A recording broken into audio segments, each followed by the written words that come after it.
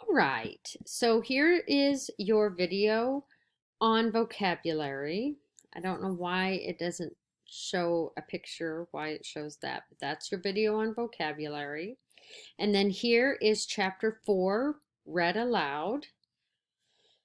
And you will use this to answer your questions. And I expect you to read aloud in your book as it is being read aloud to you. And then I expect you to go back and look at the text to get your answers. So here's your first question. Volcanoes can change Earth's surface. True or false? Number 2, find evidence in the text to support your answer to question number 1. And I say write at least one complete sentence. So I don't want one word, I want a complete sentence. So you will start that with,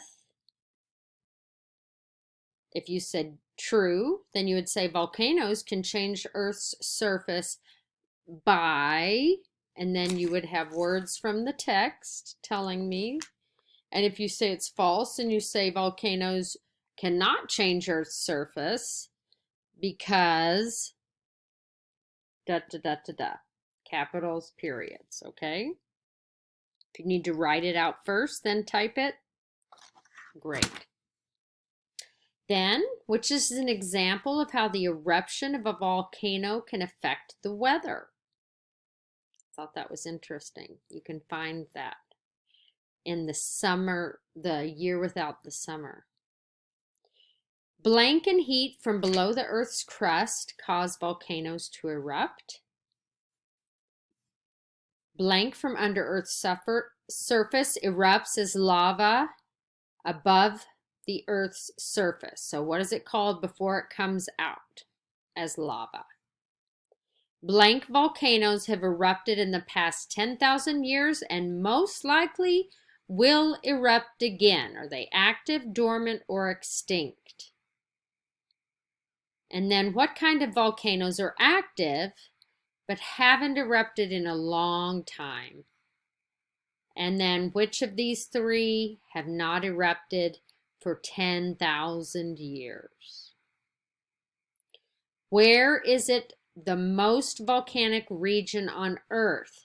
Now, I thought this was a little tricky because it's kind of 2 of the places. So I'm going to have both places be correct. You can pick 2 or 1, and either way it should be counted correctly. Number 10, undersea volcanoes can become a chain of islands. True or false? And then here are your quotation marks. This is when you've got your tag at the end. The tag is like said Ben, or said Mrs. Trumler, or yelled Mr. Yoakum. Ha ha ha, we know he doesn't yell, right?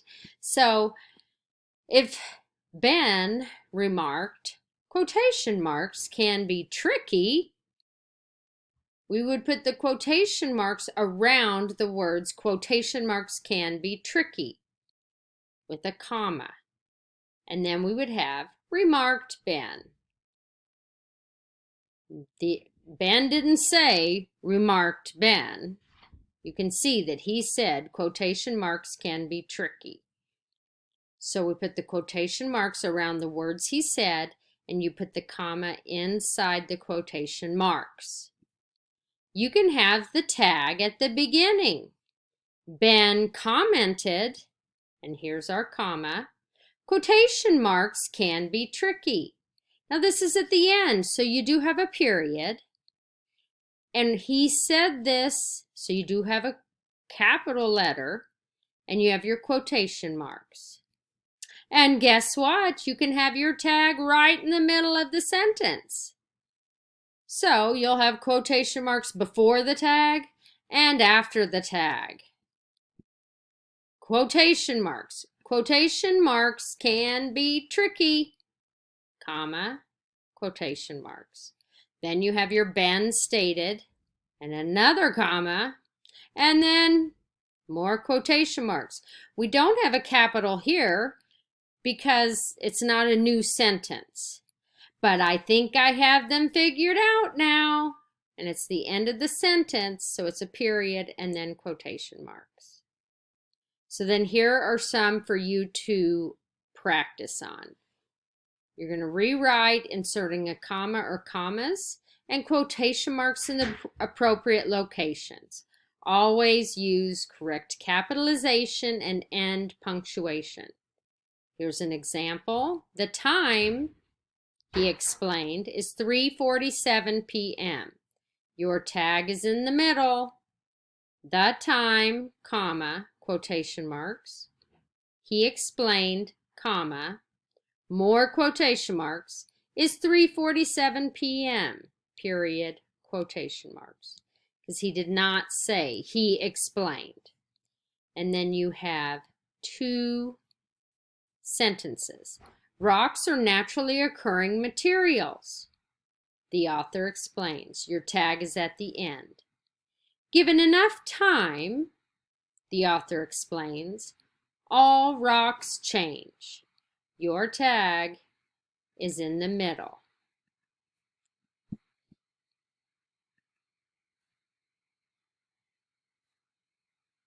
Fill in the blank with the correct word. These are your spelling words. We'll probably have a test maybe next Friday. Hierarchy, a system in which people are placed into social classes of different levels of power and importance. We learned that back in the Roman Empire, the hierarchy where you had the serfs and the lords. Matriarch, we learned that then, a woman who controls a family, group, or government. Archival, a chief or main rival or opponent. Arch rival, our arch rival, remember St. Paul and Centura? Anarchy, we learned that, a situation not controlled by rules or laws and without a leader. Autograph, a person's handwritten signature. You get an autograph from someone famous. Biographer, a person who writes the story of someone's life. Calligraphy, the art of beautiful handwriting. Paragraph, a piece of writing that includes a few sentences focused on a certain subject in an organized manner.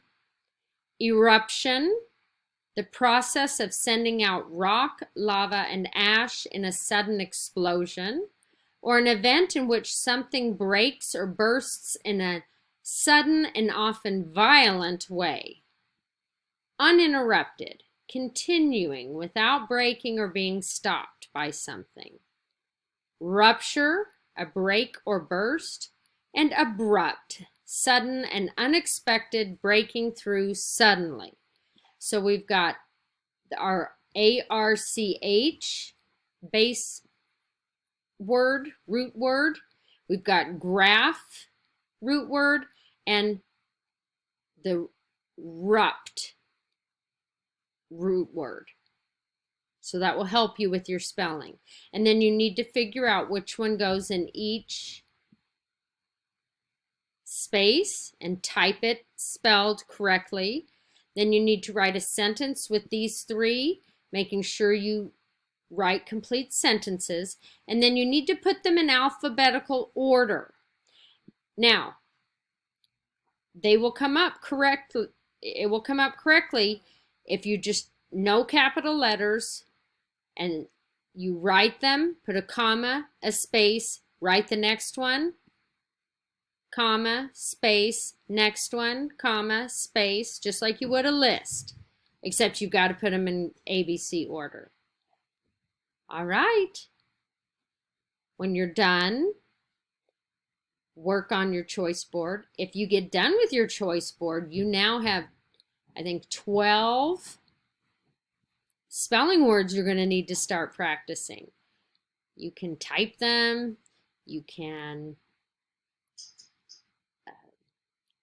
write them in different colors, any way you want to practice them. And your AR goal is due soon.